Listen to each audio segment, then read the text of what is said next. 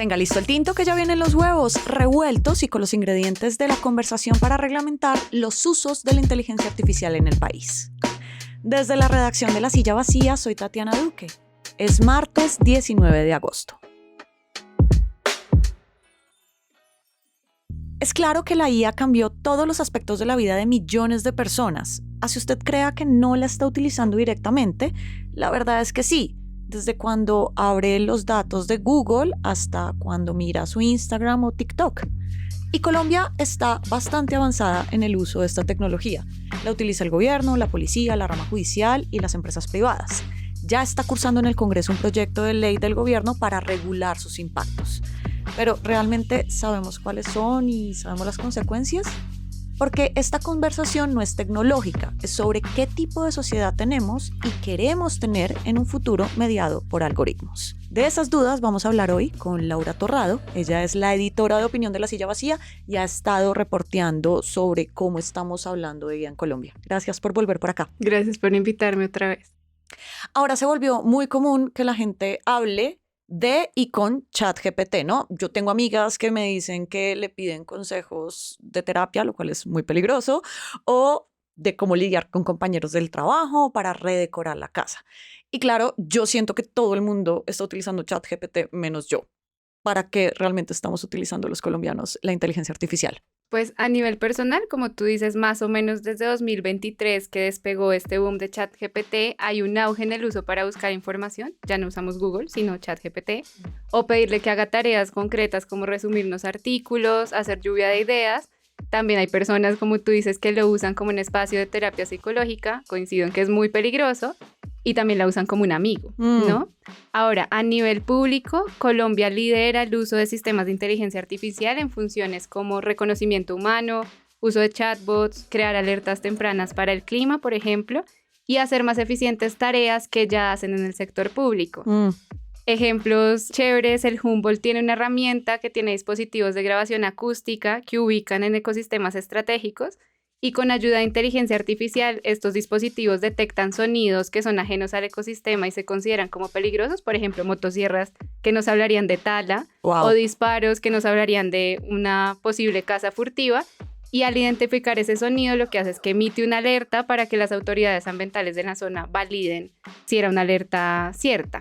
Y hay otros usos dentro del gobierno para identificar irregularidades en contratación pública que usan las bases de datos de SECOP, como Sherlock, que es una iniciativa de la Superintendencia de Industria y Comercio. Gran nombre.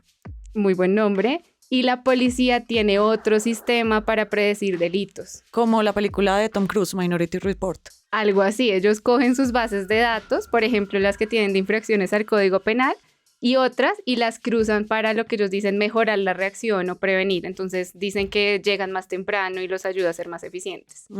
Ahora, en tu reportería encuentras que estos proyectos estatales pues empiezan a utilizarse desde hace unos 5 años en Colombia y hasta ahora es que estamos hablando de regular, al menos desde el Estado. ¿Cómo se da esa conversación estatal para la regulación de estas tecnologías? Sobre todo porque siempre la regulación llega después de que vemos los impactos, ¿no? Exacto. En general, los avances tecnológicos siempre van primero que las regulaciones, como que avanzan mucho más rápido. En Colombia en este momento se han identificado 63 regulaciones relacionadas con inteligencia artificial. Por ejemplo, ahí entran la protección de datos personales, que es algo pues, por lo que se reconoce mucho al país. Pero en concreto con inteligencia artificial en los términos que la estamos conversando, Congreso Visible de la Universidad de los Andes ubicó que desde 2022 se han presentado 8 proyectos de ley para regular la inteligencia artificial, como incluso en temas laborales. De esos solo pasaron 2 a primer debate y luego se archivaron. Que eso también muestra mucho la relevancia que le dan los políticos a estos temas que son tan actuales. Y la conversación ahorita se reactivó porque el Ministerio de Ciencia presentó un proyecto que han dicho es ambicioso para regular la inteligencia artificial en Colombia. Dicen que es ambicioso porque como que le apunta a 2 frentes. Uno, a promover el desarrollo y uso de la inteligencia artificial como a nivel tecnológico, pero también a proteger los derechos humanos, la conservación ambiental, combatir la discriminación, que son consecuencias que pueden venir con el uso de la inteligencia artificial en Colombia y que es algo que ya se ha visto pasado en el resto del mundo. Ahora que hablas de estos riesgos, ¿se tienen en cuenta para estas regulaciones y conversaciones sobre la tecnología?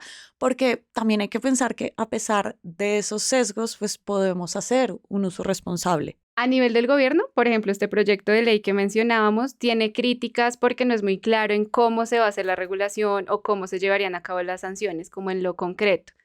Plantea, por ejemplo, clasificar las tecnologías por niveles de riesgo. Esto ya es algo que hacen otras formas de regulación en el mundo. Un ejemplo extremo de esto es la diferencia que hay entre un robot que opera a corazón abierto una persona y está programado con inteligencia artificial y los riesgos que tiene un chatbot de un sistema público, ¿no?